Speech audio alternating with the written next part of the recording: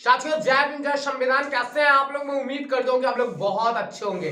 साथियों आपको बताना चाहता हूँ कि इससे पहले मैं आपको बता दूं कि मैं किसी को भी गाली गलौजा नहीं करता हूँ। किसी की भी वीडियो में आकर मैं जवाब तो देता हूँ, लेकिन आपको बताऊं मुझे गाली गलौजा से नफरत है। लेकिन अब आपको बताना चाहता हूँ कि एक जय श्री राम, जय हिंदुराष्ट्र, भगवा प्रणाम मेरे सभी सनातनी भाई बहनों को। कुछ नीले अंडे हैं बाबर की नजायज औलाद है, जिनकी माँ ने तलवार के डर से अपनी सलवार खोल दी थी मुसलमानों के सामने। आज उनके बच्चे हमें बोल रहे हैं कि हम विदेश से आए हुए हैं और वो मूल निवासी हैं। और उसके बाद कुछ ने कमेंट किया है, जरा कमेंट देखना। अमित पंडित है जो कि वो बनारस के रहने वाले हों, वो अपने आप को हिंदू हिंदू बहुत ज्यादा चिल्लाते। मैं मानता हूँ भाई तू हिंदू है, चल मैं वैसे भी तुझे भी गर्व है कि तू हिंदू है। हम भी अपने आप पे गर्व करते हैं कि हम भी एक दलित समाज से बिलोंग करते हैं। तू इसका ये काम है, आपको बता देना चाहता हूँ कि अमित भाई का इनका ये काम है कि वो आके दलितों को गाली देते रहते हैं, मुसलमानों को गाली देते रहते हैं। और आपको बता दूं अमित भाई, इस तरीके से जो आप गालियां लोगों को देते हो ना, इसका मतलब ये नहीं है कि आपके ना वहां पे जो भी आपके हिंदू, जो आप हिंदू हिंदू चिल्लाते हो, जय परशुराम और जय श्री राम आप जो चिल्लाते हो ना, इसका मतलब ये नहीं होता कि आपके समाज में आपकी इज्जत की जाती होगी। ऐसा कुछ नहीं है। लोग आप पे एक तरीके से आपको चढ़ाते होंगे और चढ़ाने के बाद आप फंस जा रहे हो, ठीक है। और किसी की कौम को और किसी की जाति को आकर गाली देना इस तरीके से, ये बहुत गलत बात होती है। और दूसरी बार और आपको बता दूं कि ये बहन बेटियों को, जो लड़कियां जो वीडियो बनाती हैं, उन लोगों के कमेंट में आकर ये गंदी गंदी बातें और गंदे गंदे कमेंट आप करते रहते हो। ये यार कहां कहां की मानसिकता है। और आप जब देखो तो बनारस बनारस चिल्लाते रहते हो। बनारस किसी के बाप का नहीं है। बनारस जितना तुम्हारा उतना हर किसी का है, ठीक है। और बनारस में और भी समाज के लोग रहते हैं, और भी ब्राह्मण समाज के लोग, क्षत्रिय समाज के, वैश्य समाज के, ठाकुर समाज के लोग रहते हैं। वो क्यों इस तरीके से लोगों को गाली नहीं देते? इसलिए नहीं गाली देते क्योंकि वो लोग पढ़े लिखे हैं, उनके अंदर मतलब एक तमीज नाम की कोई चीज है। अब आप लोग समझिए कि वो लोग पढ़े लिखे हैं, उनके अंदर मानसिकता है कि वो किसी को गाली नहीं देते हैं। और अच्छी बात होती है किसी की कौम को, किसी की जाति को गाली ना दे, तो बहुत ही अच्छी बात होती।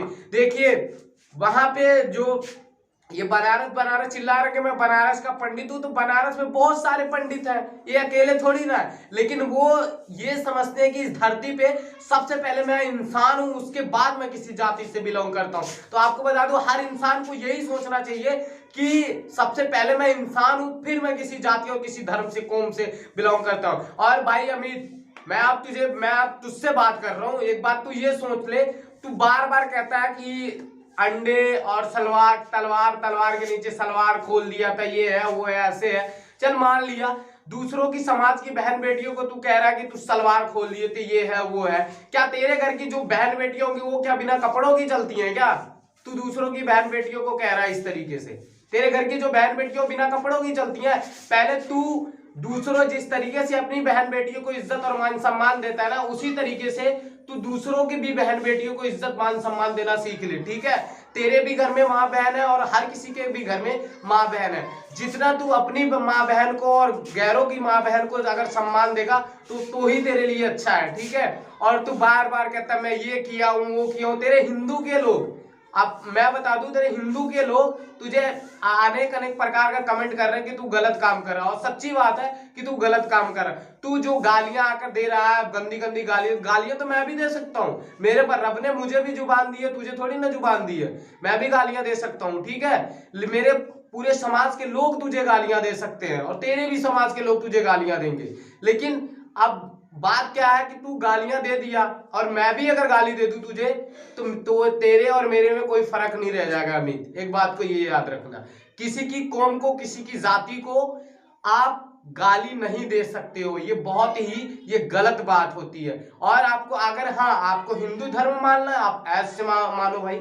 आप अगर हिंदू धर्म को आप अगर बैठाना चाहते हो, नई दिशा पे लेके जाना चाहते हो, आप बहुत अच्छी बात है यार, आप करो, आप संघर्ष करो समाज के लिए। आप किसी की कौम को, किसी की जाति को अगर आप गाली दे दोगे तो उससे आप क्या पॉपुलर हो जाओगे? कुछ नहीं होगे।